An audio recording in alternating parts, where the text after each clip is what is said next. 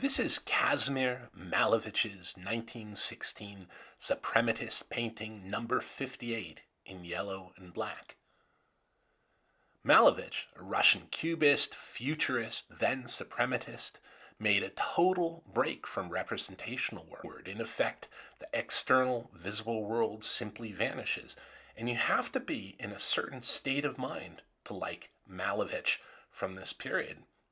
If you're distressed, discontent, confused, or melancholic, the solipsistic turn away from the visible world is not what you want at all.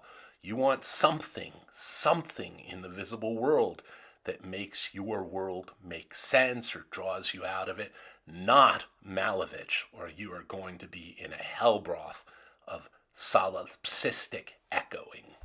Malevich is the last artist, deeply melancholic Justine in Lars Von Trier's 2011 masterpiece, Melancholia, needs to see, and her dismay in the library at seeing his work on display and her frantic substitution of works more apt for the state of her heart, psyche, and soul is one of the most brilliant uses of painting in all cinema.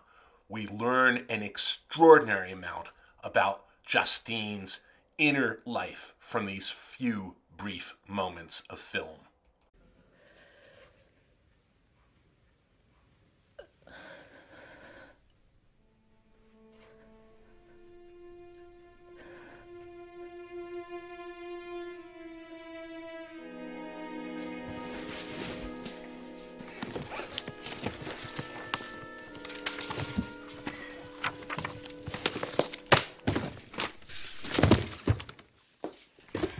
And here is Pieter Bruegel, The Elders, 1565 hunters in the snow. In the distance you see ice skaters and people with fires lit and life going up on the hill. But for the hunters, there's a trudging bleakness, a mind of winter and sludge and cold. In spite of the hunters and the small army of hunting dogs, they have caught only a single fox slung over the shoulder of the hunter on the left. And if we look at the scene through the mind of the hunters, we have a winter mind of pathetic catch and trudging and cold and separation from the pleasurable activities in the distance or the warmth of the houses.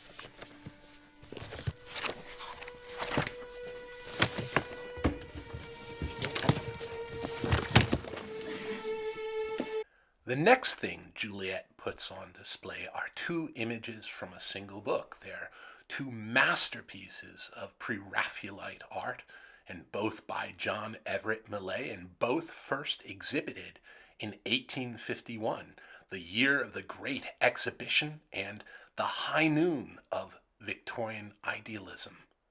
But look at the paintings, and there are rifts. The Woodsman's Daughter. When first exhibited at the Royal Academy in 1851, the following lines of poetry from Coventry Patmore's poem of tragic love, The Woodsman's Daughter, accompanied it. She went merely to think she helped, and whilst he hacked and sawed, the rich squire's son, a boy then, whole mornings as if awed, stood silent by and gazed in turn at Gerald and on Maud. He sometimes in a sullen tone. He offered fruits, and she received them always with an air so unreserved and free, the shamed-faced distance soon became familiarity. It all seems so kind and innocent, one child offering another a handful of strawberries. But then you look at the difference in her ragged outfit and his upper-class finery and reflect on how intolerant Victorian society was about crossing class barrier, and you wonder. And then you look down at the shoes, and they say it all. What the painting actually portrays is the beginning of a tragedy, of an ill-fated friendship between Maud, the daughter of a woodsman called Gerald, and the son of the squire. Years later, They have a love affair, which cannot end in marriage because of the differences in social rank between them. Maud gives birth to an illegitimate son and drowns it in a pool and goes stark, raving, melancholic mad. All of us fall deeply in love with Ophelia over the course of William Shakespeare's 1603 play Hamlet. We are struck by her passion, we're struck by her strength of character, and even her political strength when she stands up to the hypocrisy of her brother. Her verbal pyrotechnics are just stunning.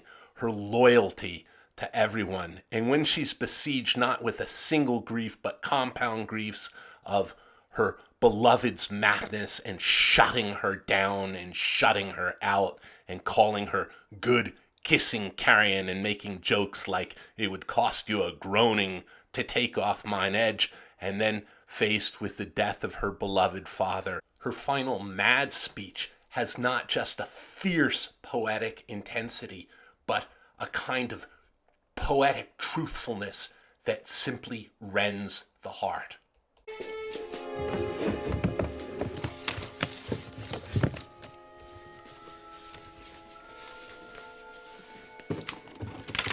And here we have Pieter Bruegel's The Land of the Cockaigne, which is an astonishing work where it is a portrayal of the mythical land where it is always springtime, and so no work is ever necessary. And it's what happens if there are no challenges in the world, but simply abundant food and drink. And basically, a picture exploring the sort of banality of affluence and of easy gain when there is no struggle to get it.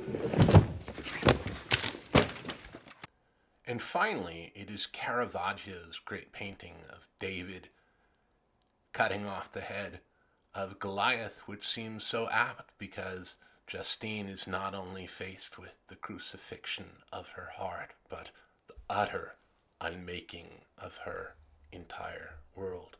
Thank you for watching.